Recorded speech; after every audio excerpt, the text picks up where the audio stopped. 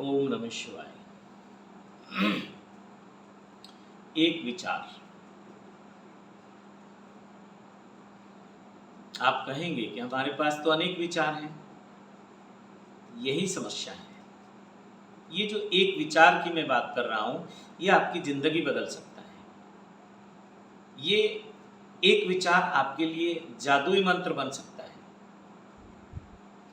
ये एक विचार आपको रिद्धियों सिद्धियों से जोड़ देगा, बहुत सारी दिव्य शक्तियों से आपको जोड़ देगा, उस पारलौकिक जगत से आपको ये एक विचार जोड़ देगा। तो वैसे तो बहुत लंबी साधनाओं के बाद आप उस एक विचार तक पहुंच पाएंगे, पहुंच तो जाएंगे, यानी बिना गुरु के भी पहुंच जाएंगे।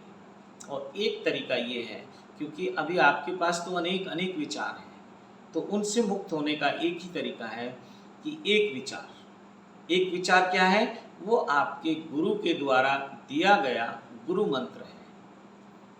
तो जब भी समय मिले उस गुरु मंत्र पे काम शुरू कर दो, यानी कि उसका मानसिक जाप शुरू कर दो। कोई नियम नहीं है उसमें, कहीं भी किसी भी समय आप गुरु मंत्र का मानसिक जाप कर सकते हैं।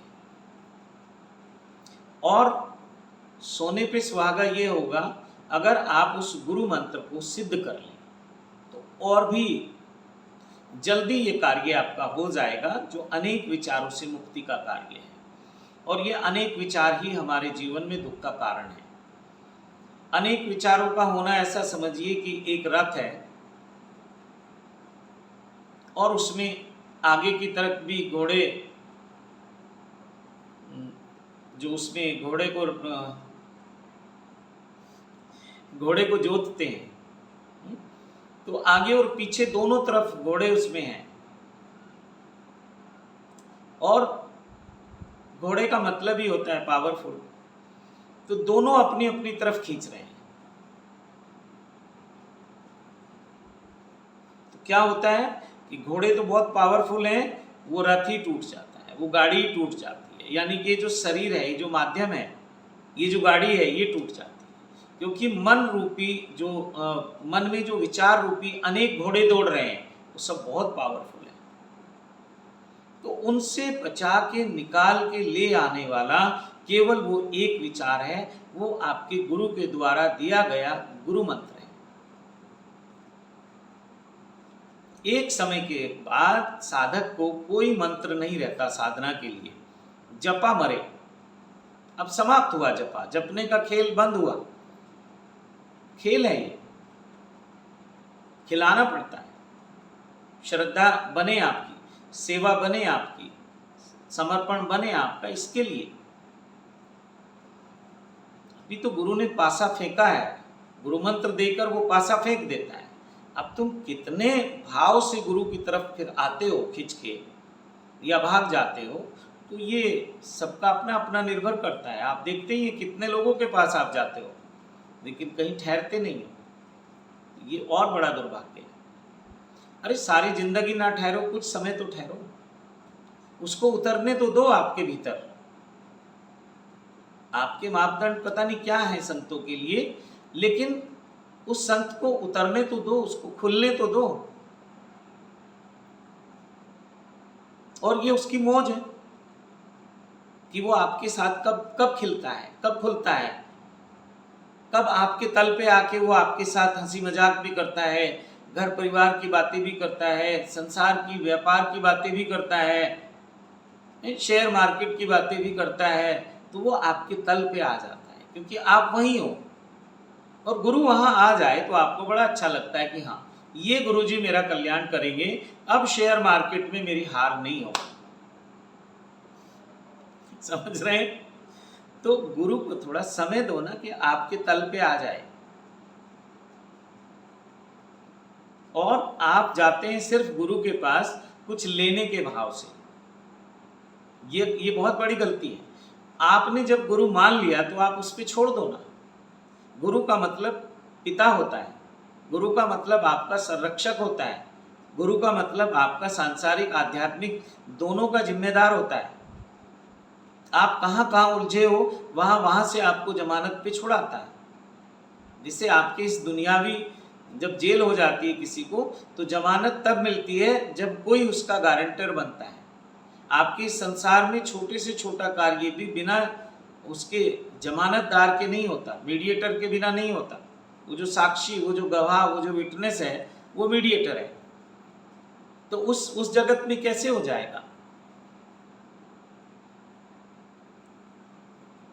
वो जो गुरु मंत्र है एक दिन उसको भी छोड़ना है, लेकिन ये गुरु बताएगा। वो कह रहा है एक दिन आएगा कि जपा मरे, फिर वो अजपा पे लेके आएगा। अजपा मतलब अब ध्यान साधना शुरू हो गई, अब रिसेप्टिविटी यहाँ से शुरू हो गई।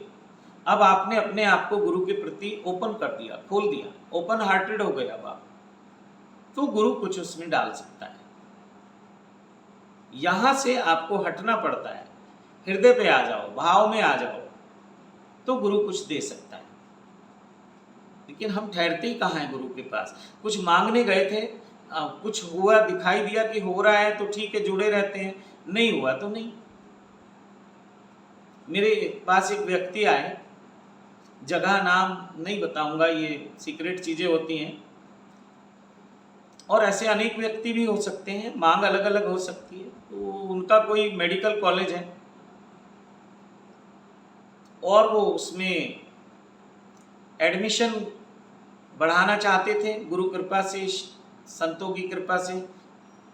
तो मेरे पास आए और बड़े भाव से और श्रद्धा से उन्होंने गुरु मंत्र ले लिया। फिर वो धीरे धीरे नज़दीक आए और उन्होंने कहा कि मैं पूजा अनुष्ठान करवाना चाहता हूँ कि बच्चे बढ़ जाएं। तो वो चाह रहे हैं करोड़ों में प्रॉफिट, और मैंने उनको कहा कि मैं ये जो आप लोगों से पैसा आता है, ये एक इस संस्था ने, ये जो हमारा ट्रस्ट है, आनंद उत्सव आश्रम चैरिटेबल ट्रस्ट, अभी ये बदलने वाला है शिव कृपा योग कल्याण गुरुजी चैरिटेबल ट्रस्ट। अभी समय लगेगा थोड़ा। तो जो भी डोनेशन आता है, जो भी आप लोगों की सेवा, दक्षिणा, जो भी फीस कह लीजिए, कुछ भी कहिए, तो वो इस ट्रस्ट के अंडर एक स्कूल है जिसका नाम है कल्याण इंटरनेशनल स्कूल। अभी बहुत ही बिल्कुल ऐसे लेवल पे है कि जैसे अंकुरित हो रहा है। तो ऐसे आप सब लोगों का सहयोग चाहिए कि ये थोड़ा फले फूले और जिस उद्देश्य से बनाया गया उस उद्देश्य को उपलब्ध हो जाए। तो ये सब आप लोगों का जो भी मुझे मिलता है फीस के रूप में, दक्षिणा के रूप में, डोनेशन के रूप में, ये उस स्कूल को समर्पित है। मैं तो अपने ऊपर कोई खर्च नहीं करता, मेरी अब कोई इच्छा नहीं, कोई वासना नहीं, लेकिन अपने को बांधने के लिए कुछ वस्तु और कुछ व्यक्ति चाहिए होते हैं। तो मेरे पास है, ज़्यादा नहीं है, एक वस्तु है, वो ये स्कूल है, और एक व्यक्ति है। तो ये दोनों अगर आपके पास हैं तो आप समझो कि आप पहुंच गए। बस ये आखिरी अटकाव आपके रह जाते हैं। तो मेरी तो अब कोई ऐसी वासना नहीं है। बहुत लोग कहते हैं आश्रम बना लीजिए। अब बने बनाए मिलेंगे तो हम उनका उपयोग करेंगे, बनाने के चक्कर में नहीं पड़ेंगे। रजिस्ट्री जैसा कुछ नहीं चाहिए। हाँ, बने हुए आश्रम हैं, उनसे निवेदन करेंगे कि उस स्थान का उपयोग किया जाए, उनकी सब जो उनके नियम हैं, उनकी आवश्यकताएं हैं, उनको पूरा किया जाएगा। तो बने बनाए आश्रमों का उपयोग करें हम, ज़्यादा अच्छा रहेगा। बहुत आश्रम हो चुके हैं, आश्रमों में कुछ नहीं हो रहा है, क्योंकि आश्रम के लोग फिर उस सुख सुविधा के आदी हो जाते हैं। उन्हें लगता है कि ये आश्रम हमारा है, मेरा है। और जो भी आपके यहाँ आपके स्थान पे कोई साधना शिविर लेने के लिए आता है, तो उसे तो 3 दिन, 5 दिन, 7 दिन बाद, 10 दिन बाद या महीने बाद उसको जाना ही है। उसको पता है कि मुझे यहाँ से जाना है, तो इसलिए वो कुछ करता है कि मुझे तो जाना है, मैं कुछ दे जाऊँ, मैं कुछ बो जाऊँ, मैं कुछ कर जाऊँ। जो लोग आश्रम बना के बैठ गए, अब वो कहते हैं कौन झंझट में पड़े, कोई सुनता ही नहीं है। यहाँ तक भगवान बुद्ध ने कहा, जब उनसे देवताओं ने कहा, महादेव ने कहा कि कुछ बोलो, तो उन्होंने कहा किसके लिए बोलूं, कोई सुनता ही नहीं है। फिर सभी देव शक्तियों ने कहा कि कुछ लोग हैं जो आपके बोलने से मोटिवेट हो सकते हैं, प्रेरित हो सकते हैं, प्रभावित हो सकते हैं और उनकी इस यात्रा में आप सहयोगी हो सकते हैं। तो भगवान बुद्ध ने बोलना शुरू किया। और ये सत्य है कि आप लाखों लोगों को सुनाते हैं अपनी बात, लेकिन किसी एक को समझ आती है। एक को भी आ जाए तो उस संत की उपलब्धि है। तो ठीक है, एक विचार है ना, तो उस एक विचार पे आने के दो तरीका है। एक तो साधनाओं के द्वारा आप आओ, लंबी यात्रा है। एक अपने गुरु की कृपा से आओ, गुरु मंत्र के द्वारा आओ। तो गुरु मंत्र जो है वो सब आपकी वासनाएं, कामनाएं, जीवेशनाएं, तृष्णाएं, जो भी हो सकता है, उन सबको काट देता है। जैसे कपड़े पे साबुन या सर्फ लगा के छोड़ दो थोड़ी देर, तो वो मैल को काट देता है। कबीरा मन निर्मल भया। अब वो कह रहे हैं, वो एडवांस की बात कर रहे हैं कि मन निर्मल हो गया, लेकिन हुआ कैसे, इसकी वो अलग अलग बात करते हैं। तो कबीरा मन निर्मल भया, जैसे गंगा नीर पीछे पीछे हरि फिरे, कहत कबीर कबीर। तो एक उन्होंने उस अवस्था की बात की, लेकिन उससे पहले उन्होंने सब कुछ किया। नाम भी जपा, जपा अजपा ओमकार, सब तरह से उन्होंने अनुभव करने के बाद अपनी बात कहनी शुरू की। तो एक विचार पे आप आ जाइए और जीवन खुशियों से भर जाएगा, जीवन आनंद से भर जाएगा। क्या चाहिए आपको, वो सब कुछ मिल जाएगा। इस ब्रह्मांड में अकूत खजाने हैं, अनकाउंटेबल वेल्थ है, प्रोस्पेरिटी है, सब कुछ है। Health, wealth, prosperity, etcetera, everything is available in your universe. लेकिन यूनिवर्स को खोलने के लिए, उस लोक को खोलने के लिए, वो एक विचार, उसको एक मंत्र भी कह सकते हैं। तो साधना मार्ग से आएंगे तो लंबा है सफर और भटकने के चांस ज़्यादा हैं। गुरु मंत्र से जाएंगे तो भटकेंगे नहीं, थोड़ा अटक सकते हैं। उसी को संतों ने कहा कि साकार में अटक गए सब भक्त। अब ये जो गुरु मंत्र है, ये भक्ति का मार्ग है, जपा। साकार में अटक गए सब भक्त, फिर मूर्ति भी चाहिए। मंत्र है तो किसका मंत्र है? कृष्ण जी का है, राम जी का है, शिव जी का है, हनुमान जी का है, माँ काली का है, माँ दुर्गा का है, माँ अम्बे का है, माँ वैष्णो, बहुत सारे मंत्र हैं। फिर वो मूर्ति चाहिए। बहुत मजाक उड़ाते हैं लोग सनातन की मूर्ति पूजा करते हैं ये, लेकिन सनातन के विज्ञान को आप बाहर से नहीं समझ सकते जब तक इसमें आप डूब नहीं जाएंगे। और डूब कर भी आप हरि अनंत, हरि कथा अनंता, बहुभांति कहें सुने सब संता, डूब के भी आप घोषणा तो करने आ ही नहीं सकते सनातन की।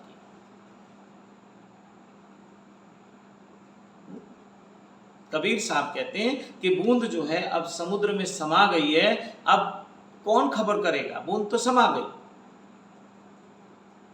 जैसे नमक का पुतला समुद्र की थाह लेने जाए तो वापस कैसे आएगा, वो तो उसमें मर्ज हो गया, उसमें मिक्स हो गया। तो ये वो अवस्था की बात है। तो एक विचार आपके पास अगर है और उस एक विचार से जो मांग लो ब्रह्मांड से, देव शक्तियों से, यूनिवर्स से, जो भी नाम आप दो, एक विचार के साथ आप कुछ भी मांग लो, वो एक विचार आपकी विश भी होगा। अब छोड़ दीजिए गुरु मंत्र को या उसको, वो एक विचार आपकी जो मनोकामना है वो हो सकता है। अनेक नहीं होने चाहिए, एक विचार। और जितना जितना अनेक विचारों से आप मुक्त होते चले जाएंगे, उतना उतना आपकी साधना फलित होती चली जाएगी और सिद्धियां स्वयं आपके पास आ जाएंगी। सिद्धियों का मतलब है बाहरी जगत में और आंतरिक जगत में एक सुख सुविधापूर्ण वातावरण और हमारी जरूरतों को पूरा करने के लिए जो मेरे महादेव हमारे आसपास अपने गणों को भेजते हैं, उनको अपने भक्त बहुत प्रिय हैं। किसी दिन आपको सुनाऊंगा कि ये नाग देवता कौन है। ये भगवान शिव के एक बहुत प्रिय शिष्य थे, राजा थे, सब छोड़ छाड़ के बस भगवान शिव की भक्ति की। और यही वो भक्त एक दिन सशरीर, अभी तक का रिकॉर्ड है हमारे सनातन के इतिहास में कि सशरीर अगर स्वर्ग में कोई गया है, देवलोक में कोई गया, शिवलोक में गया, तो ये शिव भक्त था। तो शिव को अपने भक्तों से बहुत प्यार है। तो आप वो एक मंत्र, एक विचार, जितना उसके नजदीक आते जाएंगे उतना आपके पास सब कुछ आता चला जाएगा। अभी मेरे एक साधक ने, एक शिष्य ने, एक सेवक ने, और एक ऐसा समझ लो जैसे हम गुरु के लिए कहते ना, गुरुर ब्रह्मा गुरुर विष्णु गुरुर्देवो महेश्वरा गुरु साक्षात पार ब्रह्म तस्मै श्री गुरुवे नमः। तुम ही हो माता पिता, तुम ही हो बंधु सखा, तुम ही हो विद्या द्रवणन, तुम ही हो सर्वम मम देव देवा। यही बात बिल्कुल शिष्य के लिए हो जाती है। गुरु भी अपने उस शिष्य के प्रति उसी भाव में आ जाता है, उसमें माता पिता को भी देखने लगता है, उसमें शिष्य को भी देखने लगता है, उसमें जो भी रिश्ते हो सकते हैं, माँ के, बहन के, पिता के, और जो भी मित्र के, प्रेमी के, सारे रिश्तों को वो उस एक व्यक्तित्व में देखने लगता है।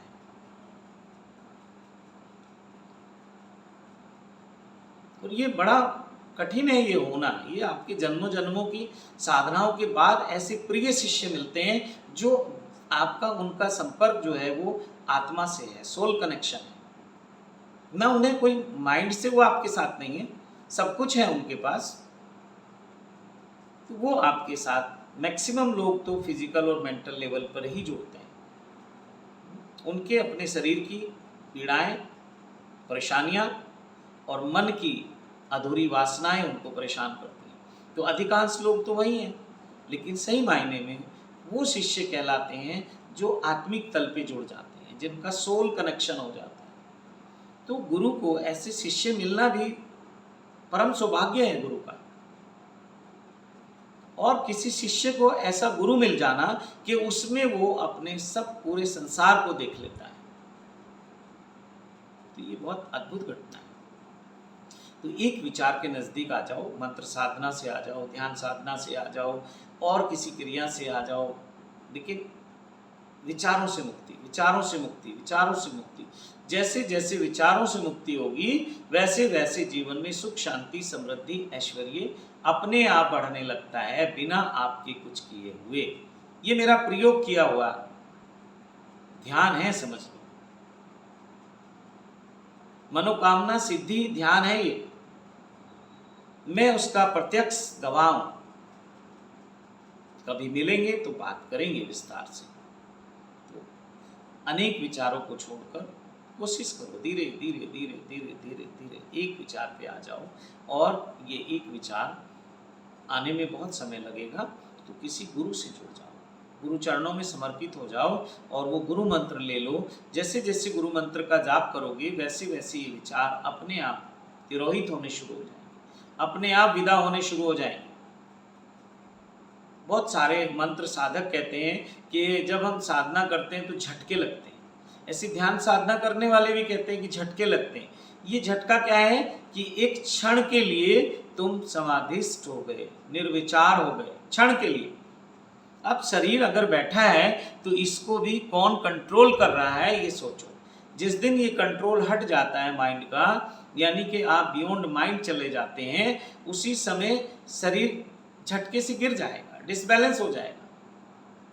तो ये झटके शुभ हैं और एक दिन यही फिर समाधि की अवस्था में लेके जाते हैं। तो जल्द मैं ये साधकों से बात कर रहा हूँ और उन लोगों से कर रहा हूँ जो भक्ति मार्ग के लोग हैं, तो सबके लिए ये साधनाएं हैं। शिव कृपा योग आपको सिद्ध मंत्रों की साधना करवाता है आपके दुखों, कष्टों, समस्याओं से मुक्ति के लिए। और उसके साथ साथ मेरा आपके लिए अनुष्ठान चलता रहता है मानसिक रूप से, और अमावस्या को उसकी पूर्णाहुति हो जाती है। कुछ लोगों को सुख चाहिए, शांति चाहिए, समृद्धि चाहिए, वो जो मैं सिद्ध प्रार्थना बोलता हूँ वो सब कुछ चाहिए। तो उन लोगों के लिए पूर्णिमा को महामृत्युंजय महायज्ञ अनुष्ठान होता है। अमावस्या को महाकाली महायज्ञ होता है और पूर्णिमा को महामृत्युंजय महायज्ञ होता है। तो उसमें उनके लिए जो आप साधना करते हैं और मैं भी उनके लिए साधना करता हूँ, तो उसकी पूर्ण आहुति फिर हम उसमें हो जाती है। उसके कुछ नियम हैं, शिव कृपा योग परिवार के, या कहीं कल्याण मेडिटेशन के, या कहीं शिवोहम क्रिया योग के, या कहीं कि गुरु कृपा ही केवलम, ये हमारे कई चैनल हैं।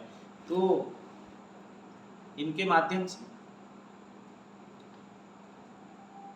तो ठीक है। इसी के साथ वाणी को विराम देता हूँ और कोशिश करिए, अपने विचारों से मुक्त होने की कोशिश करिए। सब रिद्धियाँ सिद्धियाँ आपके पास आ जाएंगी। और मेरे पास आना चाहते हैं तो या तो मुझे बुलाइए एक छोटा ग्रुप तैयार करके, और या मेरे पास आइए हरिद्वार ऋषिकेश में एक छोटे ग्रुप के रूप में। बड़ी व्यवस्थाएं हमारे पास नहीं है और बड़ी व्यवस्थाएं हम चाहते भी नहीं हैं। तो या तो आप मुझे अपने शहर बुला लो या आप मेरे शहर आ जाओ।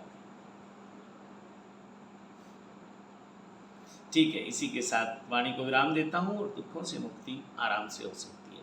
सुख शांति समृद्धि ऐश्वर्य रिद्धि सिद्धि धन ध्यान ज्ञान समाधि और शिव साक्षात्कार, स्वयं का साक्षात्कार बहुत आराम से हो सकता है, बहुत प्रेम से हो सकता है। इसी के साथ विराम देता हूँ वाणी को। फिर दूसरी वीडियो के साथ आपसे मिलता हूँ। वीडियो अच्छी लगे, आपको लगे कि ये किसी के काम आ सकती है, तो उसको शेयर करें। आपको लगा कि ये ठीक है तो आप अपना उसको लाइक कर दीजिए, और अगर आपको लगता है कि ये ठीक नहीं है तो डिसलाइक भी कर दीजिए, कोई प्रॉब्लम नहीं है। और आपकी ईमानदारी का पता चलेगा। और कैसा आपको लगा कुछ कमेंट में लिख दीजिएगा मैसेज बॉक्स में, वो मैसेज मैं ही चेक करता हूँ। और इसी वीडियो के नीचे मैं एक अपना नंबर आपको दूंगा, व्हाट्सएप नंबर है, और अच्छा हो कि आप पहले व्हाट्सएप पे मैसेज करें।